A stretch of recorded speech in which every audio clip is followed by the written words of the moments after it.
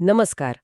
आज आपण एका अशा पुस्तकात डोकावणार आहोत जे मैत्रीच्या नात्याला आणि माणसाच्या स्वभावाला एका वेगळ्याच उंचीवर घेऊन जातं.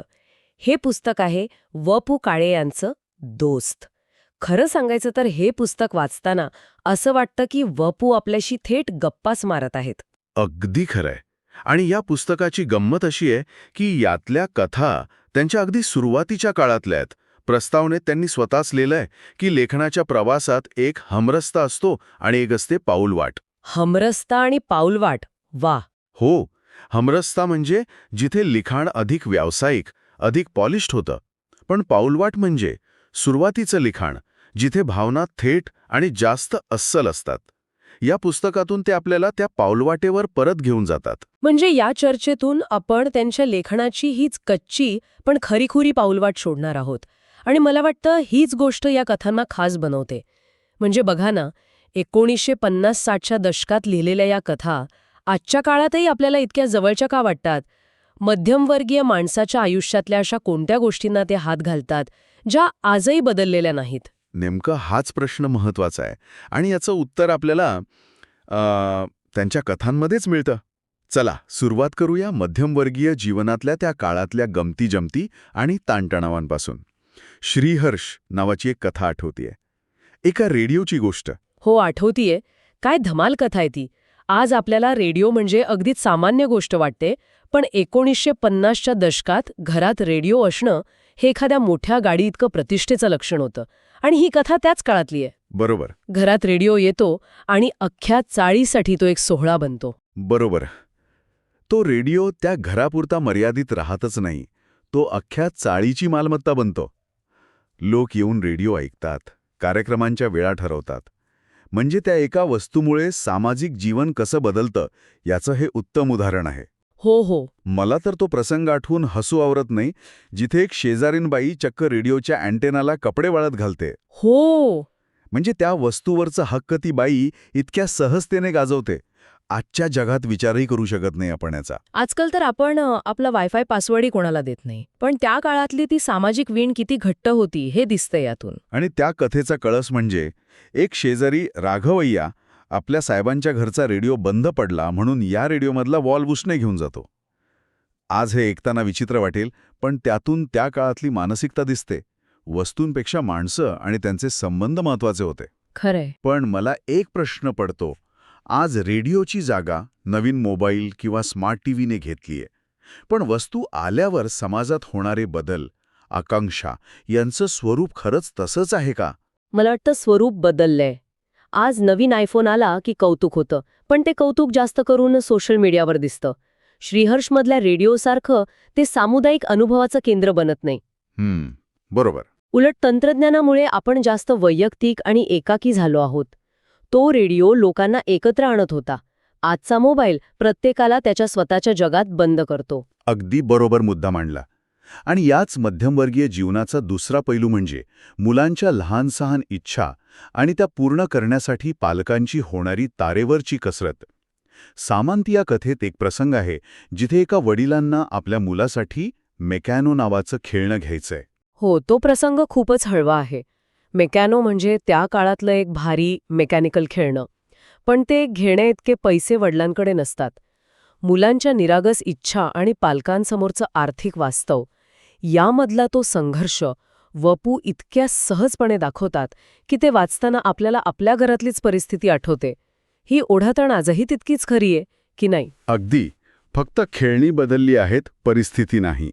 आणि हीच आर्थिक आणि सामाजिक ओढाताण अनेकदा लोकांना मुखवटे घालायला भाग पाडते. जे दिसतं तसं नसतं. एक सिंगल चहा ही कथा तर याच मुखवटांवर एक मार्मिक भाष्य आहे. हो, 2 जुने मित्र अनेक वर्षांनी भेटतात, पण दोघांनाही आपली खरी परिस्थिती सांगायची लाज वाटते. एक जण स्वतःला कारखान्याचा मॅनेजर सांगतो, तर दुसरा रंगा एका आलिशान फ्लॅटचा मालक आणि आर्ट डायरेक्टर असल्याचं भासवतो.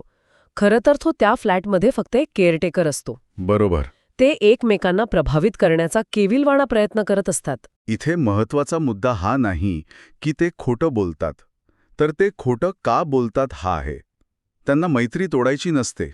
त्यांना वाटतं की आपण गरीब आहोत हे कळलं तर समोरच्याच्या नजरेत आपण उतरू. मैत्रीत अंतर येईल. म्हणजे नातं जपण्यासाठीच ते खोटेपणाचा आधार घेतात. गरिबीची लाज ही मैत्रीपेक्षा मोठी ठरते, निदान सुरुवातीला तरी. आणि मग जेव्हा त्या फ्लॅटचा खरा मालक येतो आणि रंगाचं बिंग फुटतं, तो क्षण खूपच नाट्यमय आहे. तो कबूल करतो की तो का खोटं बोलला, आणि ते ऐकून त्याचा मित्रही कबूल करतो की तोही खोटंच बोलत होता.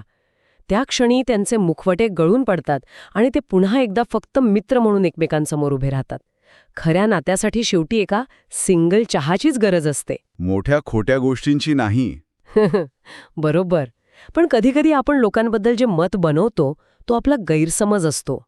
तो त्यांचा मुखवटा नसतो, तर आपल्याच डोळ्यांवरची पट्टी असते. सामंत ही कथा याच गैरसमजावर आधारित आहे. हो, ऑफिसमधले सामंत जे सगळ्यांकडून पैसे उसने घेतात पण मुलांवर मात्र खूप खर्च करतात दार आहेत. हो, आणि इतर सहकारी आपल्या मुलांच्या साध्या इच्छा पूर्ण करू शकत नाहीत आणि सामंत मात्र मुलांवर उधळपट्टी करतात. हे पाहून सगळ्यांना त्यांचा राग येतो. आपणही वाचक म्हणून सुरुवातीला त्यांच्यावर तोच शिक्का मारतो. पण मग त्यांच्या मृत्यूनंतर सत्य समोर येतं आणि आपल्याला एक जबरदस्त धक्का बसतो. त्यांच्या पत्नी सांगतात की सामंतांना कॅन्सर झाला होता आणि आपल्याकडे कमी वेळ उरला आहे याची त्यांना कल्पना होती. म्हणून ते मुलांसाठी आनंदाचे क्षण विकत घेत होते. ते म्हणायचे, माझी मुलं माझ्या रक्ताची आहेत, चांगल्या पिंडाची आहेत. मी गेल्यावर ती जबाबदारी स्वतःची म्हणून डोक्यावर घेतील. अंगावर काटा येतो हे वाचताना. ज्या माणसाला आपण बेजबाबदार समजत होतो तो खरंच आपल्या मृत्यूनंतर मुलांनी स्वाभिमानाने जगावं यासाठीची तयारी करत असतो. अगदी. आणि तसंच घडतं. त्यांची मुलं वडिलांनी घेतलेलं कर्ज फेडायला लागतात. एक मुलगा तर रस्त्यावर लिंबू सरबत विकतो आणि वडिलांच्या मित्राचे पैसे परत करताना म्हणतो, बाबांनी सांगितले, दयेवर जगू नका, दुबळे व्हाल. काय कमालीचा विचार आहे हा. म्हणजे सामंतांनी मुलांना फक्त चांगल्या आठवणीच नाही, तर स्वाभिमानाचं तत्वज्ञानही दिलं. हो, ही कथा आपल्याला शिकवते की कोणत्याही व्यक्तीच्या वागण्यामागे एक कहाणी असते जी आपल्याला माहीत नसते. त्यामुळे वरवरच्या निरीक्षणावरून मतं बनवणं किती धोकादायक ठरू शकतं हे यातून कळतं. खरंय. आणि ही गुंतागुंत फक्त सामाजिक नाही, तर वैयक्तिक नात्यांमध्ये, विशेषतः पती-पत्नीच्या नात्यात तर ती अधिक गडद आणि क्लिष्ट होते. सापळा ही कथा तर याचंच एक जबरदस्त उदाहरण आहे. ही कथा वाचल्यावर मी खरंच थोडा वेळ सुन्न झाले होते. ती आहेच तशी कथा. खूपच गुंतागुंतीची आणि मानसशास्त्रीयदृष्ट्या खूप खोल आहे. कथानक कसं आहे की पतीकडून पत्नीच्या मैत्रिणीसोबत, विशाखासोबत एक चूक घडते. पण त्यानंतर पत्नीचं, मेघमालाचं शांत राहणं आणि त्याला माफ करणं हे पतीला जास्त त्रासदायक वाटतं. म्हणजे त्याला तिच्या क्षमेचा स्वीकारच करता येत नाही. त्याला वाटतं की तिने माफ करून आपल्याला नैतिकदृष्ट्या खूप खुजं केलं आहे. तिच्या त्या क्षमाशीलतेमुळे तो स्वतःला सतत अपराधी आणि कमी लेखू लागतो. बरोबर. इथे क्षमा ही सुटकेचं साधन नाही, तर एक सापळा बनते. अगदी बरोबर. ही एक प्रकारची सायकोलॉजिकल पॉवर प्ले आहे, जी अनेक नात्यांमध्ये नकळतपणे खेळली जाते. पत्नीच्या नैतिक श्रेष्ठत्वामुळे पतीचा अहंकार दुखावतो आणि मग तो तिला आपल्या पातळीवर आणण्यासाठी, म्हणजे तिलाही पापी ठरवण्यासाठी एक डाव रचतो. आणि तो डावही किती विचित्र आहे. तो तिला एका आकर्षक पुरुषाच्या जवळ, रंगाच्या जवळ आणण्याचा प्रयत्न करतो, या आशेवर की तिच्याकडूनही चूक घडावी. म्हणजे मग तो तिला माफ करून नात्यात बरोबरी साधू शकेल. म्हणजे नात्यात समानता आणण्यासाठी तो नात्याचाच बळी द्यायला तयार होतो.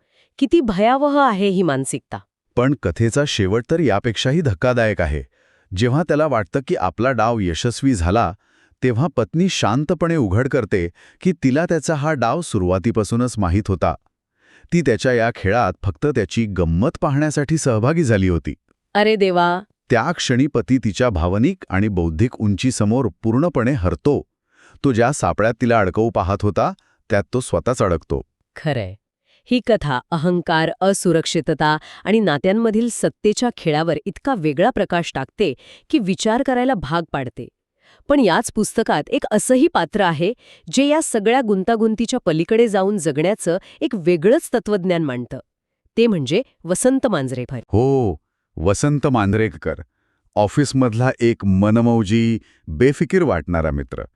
तो म्हणतो, मरणे हा अपघात नसून जगणे हाच अपघात आहे. हा विचार पहिल्यांदा ऐकल्यावर धक्का बसतो, पण त्यात एक खोल अर्थ दडलेला आहे. मलाही सुरुवातीला हा विचार निराशावादी वाटला होता. पण तुम्ही याकडे कसं बघता? हे तत्वज्ञान काय सांगतं? मला वाटतं तो जीवनाच्या अनिश्चिततेबद्दल बोलतोय. आपल्या जन्मावर आपलं नियंत्रण नसतं, ते अपघातानेच घडतं. मरण मात्र अटळ आहे, ते निश्चित आहे. त्यामुळे या अपघाताने मिळालेल्या आयुष्याला फार गांभीर्याने घेऊ नका, ते हलकेपणाने जगा, असा त्याचा दृष्टिकोन दिसतो. तो जीवनाकडे त्रयस्थपणे पाहतो. आणि त्याच्या या बेफिकीर वृत्तीमागे एक प्रचंड निस्वार्थ आणि मोठा माणूस दडलेला असतो. हे तेव्हा कळतं जेव्हा ते एका वयस्कर सहकार्याला वाचवण्यासाठी त्याच्या आर्थिक घोटाळ्याचा आळ स्वतःवर घेतो. हो, आणि जेव्हा त्याला विचारलं जातं की त्याने असं का केलं, तेव्हा तो जो उत्तर देतो ते अप्रतिम आहे. तो म्हणतो, त्या माणसाला जगण्यात एवढी मजा वाटत आहे तर त्यालाच जगू दे. मी तर शडाफटिंग, ना आगा ना पिछा. कमाल आहे. म्हणजे ज्याला जगण्याची जास्त आस आहे, त्याला ती संधी मिळावी यासाठी तो स्वतःच्या स्वातंत्र्याचा त्याग करतो. म्हणजे वरकरणी बेफिकीर दिसणाऱ्या माणसाच्या आत एक खोल तत्वज्ञ आणि एक निस्वार्थ मित्र दडलेला असू शकतो. या सगळ्या कथांमधनं एक गोष्ट पुन्हा पुन्हा समोर येते की आपण माणसांना किती वरवर पाहून झोकतो. आणि मला वाटतं हीच वपू काळे यांच्या कथांची खरी ताकद आहे. त्यांच्या कथा आरशाप्रमाणे काम करतात. श्रीहर्ष कथेतल्या रेडिओच्या निमित्ताने होणारी सामाजिक धांदल आजही कोणत्या ना कोणत्या रूपात दिसतेच. मेकॅनोची जागा आज महागड्या व्हिडिओ गेमने घेतली असेल, पण मुलांची इच्छा आणि पालकांची धडपड तीच आहे. एक सिंगल चहामधले मित्र आजही कोणत्या ना कोणत्या पार्टीत, कोणत्या ना कोणत्या गेट टुगेदरमध्ये आपल्याला भेटतात, जे प्रतिष्ठेसाठी खोटा आव आणतात. आणि सामंत सारखी माणसं तर आपल्या आजूबाजूला नेहमीच असतात, ज्यांना आपण त्यांच्या परिस्थितीवरून न जोगता त्यांच्या वागण्यावरून चुकतो आणि चुकतो. म्हणूनच ह्या कथा काळाच्या पलीकडे जातात. त्या आपल्याला आपल्याच आकांक्षा, आपल्या असुरक्षितता आणि आपल्या नात्यांची गुंतागुंत दाखवतात. त्या आपल्याला इतरांबद्दल मतं बनवण्याआधी क्षणभर थांबायला लावतात. जो माणूस आपल्याला बेजबाबदार वाटतो तो कदाचित सामंतांसारखा खूप मोठा त्याग करत असेल. आणि जो भौतिकदृष्ट्या श्रीमंत दिसतो तो कदाचित एक सिंगल चहा मधल्या मित्रांसारखा आतून खोटेपणाने पोखरलेला असेल. या सगळ्या चर्चेनंतर एक विचार मनात येतोय, जो या कथांनीच दिला आहे. आणि तो विचार आपण आपल्या श्रोत्यांसाठी सोडून देऊया. आपण ज्यांना श्रीमंत किंवा गरीब म्हणतो ते मोजमाप आपण नक्की कशाच्या आधारावर करतो? त्यांच्या बँक बॅलन्सच्या, त्यांच्या तत्वांच्या, की त्यांनी जपलेल्या नात्यांच्या? विचार करण्यासारखा प्रश्न आहे.